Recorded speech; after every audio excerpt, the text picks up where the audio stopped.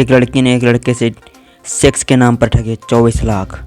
1-2 रुपये की बात हो तो कोई चलता है, मगर 24 लाख रुपए में काफ़ी मोटी रकम हो जाती है, जहाँ पे बेसरों का पूरा कोटा आ जा सकता है। गाय जैसी घटना ज़्यादा मज़ा लेने के चक्कर में ही होती हैं, इसलिए सतर्क रहें और अलर्ट रहें। घटना छत्तीसगढ़ के कांकेर की घटना है, जहाँ रेखा देवांगन और ऋतिक देवांगन एक दूसरे से बहुत प्यार करते हैं।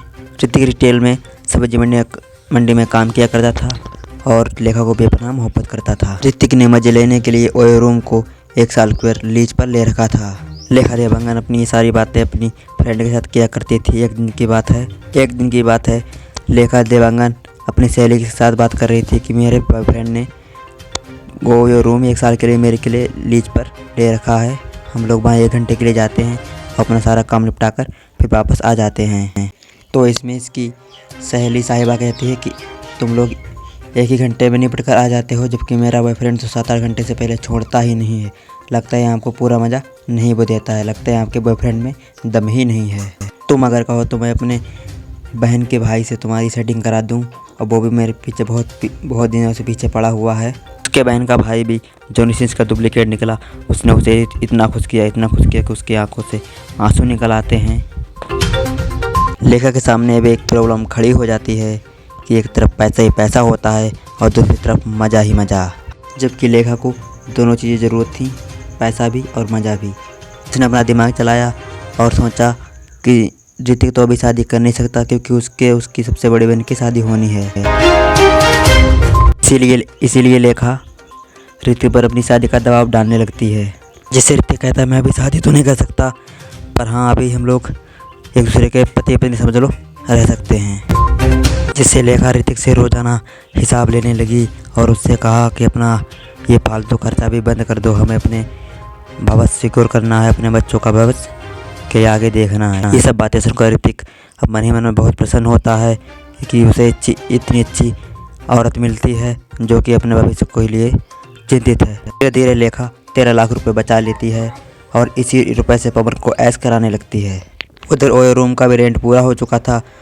जब ऋतिक कहता है कि रुपए दो ओयो रूम रिन्यूअल करवा लें, तो लेखा कहती है कि अब हमें फालतू के खर्चे बंद करने होंगे। मैंने 13 लाख रुपए बचा लिए हैं, थोड़ा बहुत आप और पैदा कीजिए, फिर उसके बाद हम एक अच्छा प्लॉट लेंगे, फिर उसके बाद हम उसमें मकान बनाएंगे जिसमें हम तुम्हें सबसे ज़्यादा मज़ा देंगे, जिससे आप ज़िंदगी भर नहीं भूलोगे। तब ऋतिक कहता है कि इतने दिनों तक हम लोग 61-62 कहाँ करेंगे। तब लेखा कहती है कि मेरी सहेलियाँ भी गन्ने के खेत में जाती हैं, हम लोग भी वहीं चले जाएंगे। इसके बाद जानकारी के मुताबिक पता लगता है लेखा को कि एक पड़ोस में एक 25 लाख का बना बनाया मकान बिकाऊ है। तब उसके ऋतिक से फ़ोन करके कहती है कि पतिदेव 13 लाख मेरे पास रुपए हैं और 11 लाख आप लेकर आइए और इस मकान को ले लीजिए।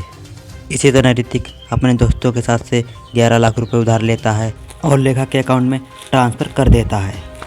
ऋतिक लोकेशन पूछने के लिए लेखा के पास कॉल करता है तो लेखा का फ़ोन बंद आता है।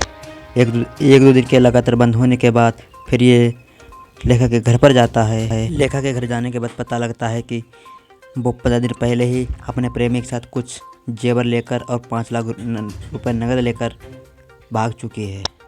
इसके बाद पवन तुरंत ही सीधे थाने जाता है और साइबर सेल की मदद से लेखा की लोकेशन ट्रेस हो जाती है और दोनों को साथ पकड़ लिया जाता है। 9 लाख रुपए नकद और 5 लाख रुपए का जेवर इनके साथ गिरफ्तार किया जाता है। उनको छोड़ दिया जाता है क्योंकि पवन को ऋतिक और इनके रुपए से इनकी कोई जानकारी नहीं थी और पवन को तो सिर्फ इसने अपनी मोटी लुल्ली और काम काला से प्रभावित होकर इसने उसे इम्प्रेस किया गया था।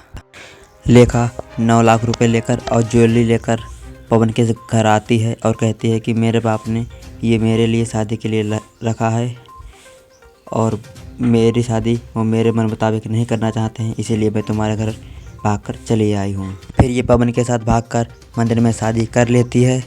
अब तक आप लोग समझ ही गए होंगे कि लड़कियाँ चंद पलों के मज़े के लिए कैसे क्या कर सकती हैं। इसलिए आप जब तक शादी न हो तब तक एक सिरभाषा करने के लिए ना सोचें, क्योंकि आपकी ज़िंदगी और मौत का सवाल हो जाता है। क्योंकि अभी ऋतिक को सिर्फ पैसों पर पड़ी थी, हो सकता था कभी जान पर पड़ जाती तो ऋतिक इसमें कुछ नहीं कर पाते। मिलते हैं नेक्स्ट वीडियो में, तब तक प्यार सपोर्ट बनाए रखें। जय हिंद, वंदे मातरम।